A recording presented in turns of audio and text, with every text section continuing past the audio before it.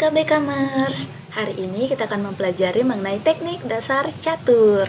Nah, sebelum itu kita harus tahu dulu nih, dalam catur itu ada apa aja sih? Nah, yang pertama, catur itu memiliki 64 kotak, di mana 8 kotak secara horizontal dan juga 8 kotak secara vertikal. Dan setengah dari 64 ini adalah kotak berwarna hitam dan setengahnya lagi kotak berwarna putih. Selanjutnya, kita akan mempelajari mengenai apa-apa aja sih nama dari bidak-bidak catur itu. Yang pertama, kita akan membahas mengenai bagian depan ini nih. Nah, yang depan ini yang terdiri dari 8 bidak yang sama persis ini dinamakan dengan pion. Dimana pion ini salah satu bidak yang cukup penting nih dalam catur. Kenapa? Karena yang pertama kali kita langkahkan dalam catur itu adalah pion ini. Biasanya selain dari pion ada kuda sih, tapi biasanya itu pion duluan yang lebih dilangkahkan daripada yang lainnya. Selain itu, pion ini berfungsi kalau misalnya pion kita sudah sampai di kotak lawan nih, misalnya sampai ke ujung sini. Nah, kita bisa menukar nih pion kita mau ditukar jadi bidak yang ini atau bidak yang ini atau yang ini. Jadi, pion ini bisa bertransformasi jadi bidak yang lain. Wah, keren banget kan? Namun, dalam melangkah, pion ini dalam pertama kali langkah, dia bisa melangkah hingga 2 kotak. Namun setelahnya, pion hanya bisa melangkah 1 kotak. Dan dia bisa bergerak miring seperti ini, itu ketika ingin memakan bidak lawan. Udah nih kita bahas pion. Selanjutnya kita bahas mengenai ini nih. Ini dinamakan dengan benteng, atau saya sendiri sering menyebutnya dengan kastel. Nah, benteng ini dia bisa bergerak secara lurus. Dia bisa bergerak seperti ini, Nah, kelebihannya itu berbeda dengan pion tadi, di mana pion itu hanya bisa melangkah yang pertama 2 dan setelahnya hanya bisa melangkah 1 langkah atau 1 kotak. Sedangkan benteng ini dia bisa melangkah hingga ke ujung sini nih teman-teman, hingga ke sini. Nah, itu adalah kelebihan dari si benteng ini. Selanjutnya kuda. Nah, kuda ini nih yang cukup istimewa nih langkahnya, dimana kuda ini dia bisa melangkah bentuk L seperti ini. Dia bisa ke sini, dia bisa ke sini. Jadi kuda ini sering dipakai dalam taktik karena kuda ini langkahnya itu cukup unik nih. Selanjutnya ini dinamakan dengan gajah. Nah, berbeda dengan kuda, yang dimana kuda itu istimewa nih langkahnya. Kastel ini dia langkahnya memang seperti benteng. Bedanya benteng kan dia lurus. Nah, sedangkan gajah dia itu bergerak miring. Nah, kita lihat ini kan gajah ada 2 nih, dimana yang satu ada di kotak hitam dan satu ada di kotak putih. Nah, gajah ini bisa seperti ini. Gajah yang berada di kotak putih ini dia bisa bergerak miring di arah kotak yang putih ini nih. Sedangkan gajah yang di kotak hitam ini dia bisa bergerak ke arah miring yang di kotak hitam ini nih. Dia juga bisa sampai ke ujung ini nih teman-teman. Jadi dia nggak harus 1 langkah seperti pion. Selanjutnya ini adalah ratu, atau saya sendiri sering menyebutnya dengan mesa. Ratu ini nih yang cukup istimewa juga dalam permainan catur, dimana ratu ini dia memiliki langkah yang lebih luas dibandingkan bidak-bidak yang lainnya. Jadi ratu ini bisa bergerak seperti kastel atau seperti benteng, dimana benteng tadi kan bergerak lurus nih, bisa sampai ke sini, bisa ke sini. Nah, mesa atau ratu ini dia juga bisa teman-teman. Jadi ratu ini bisa bergerak lurus ke sini, dia juga ke sini. Jadi selain itu dia juga bisa seperti gajah, dimana gajah tadi kan bergerak miring. Ratu juga bisa. Ratu bisa ke sini, ratu bisa ke sini. Atau ketika ratu ada di kotak yang putih, dia bisa, misal ratu ada di sini, dia bisa bergerak ke sini, dia bisa bergerak ke sini. Jadi itulah kelebihan dari ratu ini, dimana dia itu lebih banyak bergerak atau lebih banyak ruang gerak daripada bidak yang lainnya. Selanjutnya nih, ini adalah kunci dari permainan, yaitu raja. Nah, raja memang tidak memiliki ruang gerak yang banyak seperti ratu, dimana raja itu hanya bisa bergerak 1 langkah nih. Hampir sama seperti pion tadi.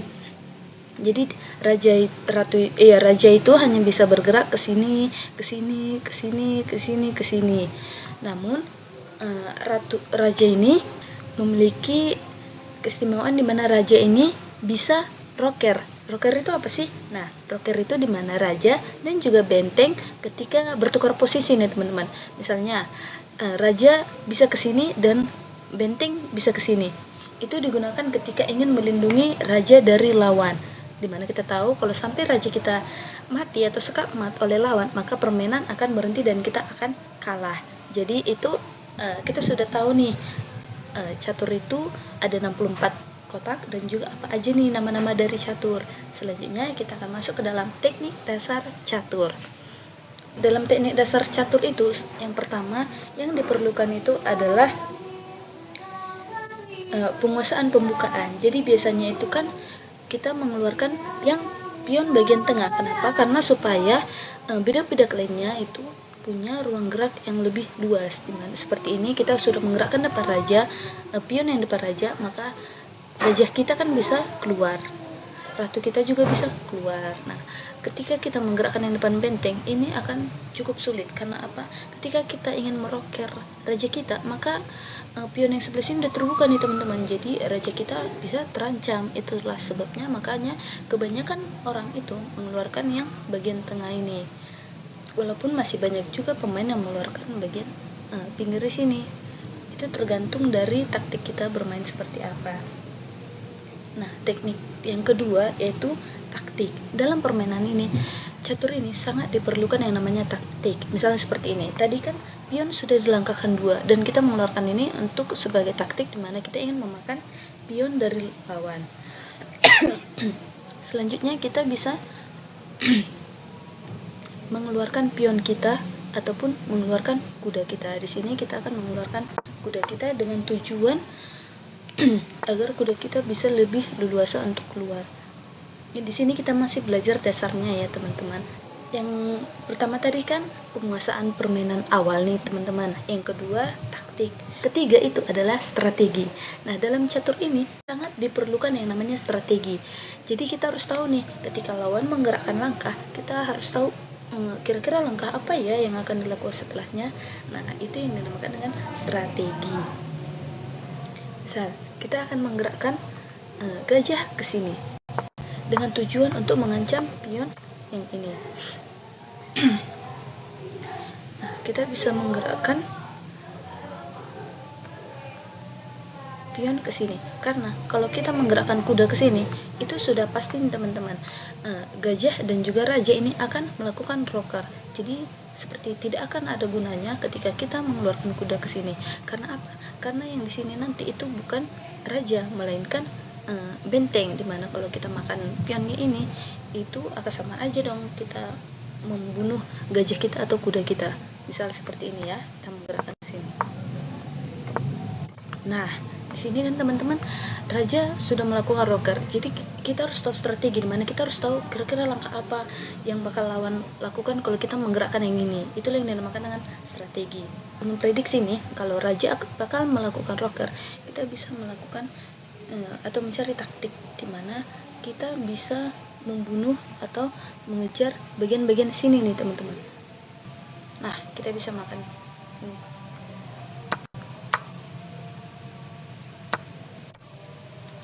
Kita lanjut lagi guys. Kenapa?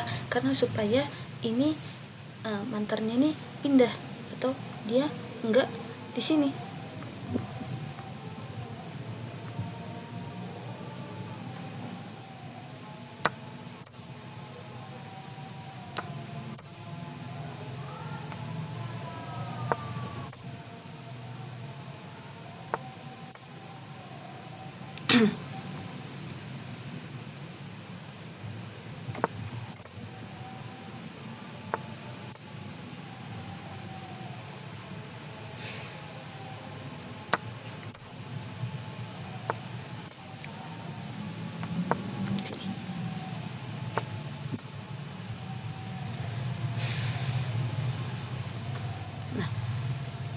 Karena ini masih teknik dasar, jadi dia masih menunjukkan langkah ya teman-teman, tapi kita bisa membuat langkah kita sendiri.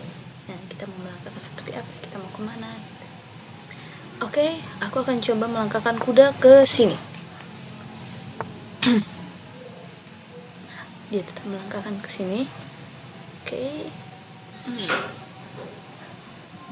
kita gaskan aja. Bentar ya.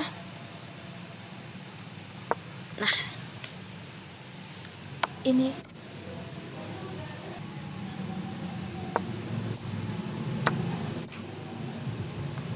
oke, kita makan skakmat. Nah, di sini adalah taktiknya.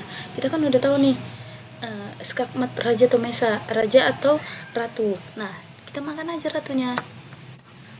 Wah, kan suatu keuntungan nih sama kita nih teman-teman.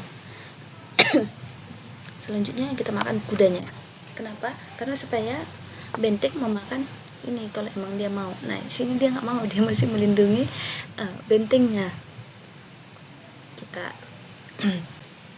Kita makan aja. Di sini lawan sudah bisa terhitung hampir kalah nih teman-teman. Oke, kita nggak boleh menyia-nyiakan pion kita. Kita harus melindungi pion yang ini dengan melangkahkan ini. Wah, ini dia mengorbankan bentengnya teman-teman. Benteng itu termasuk cukup berharga ya, jadi kita makan aja pakai yang ini.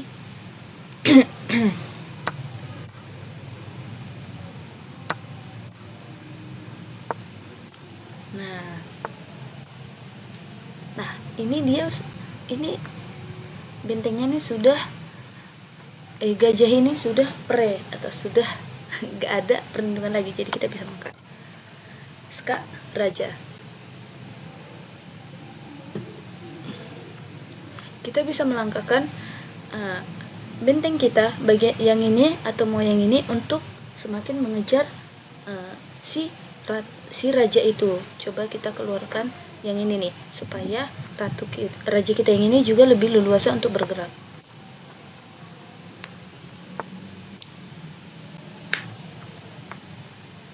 Sepertinya ini lawan sudah mulai menyerah nih teman-teman, dia sudah mulai mengorbankan semuanya.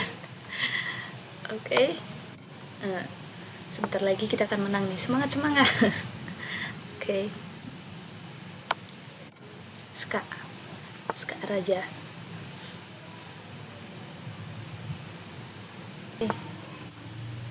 Lah.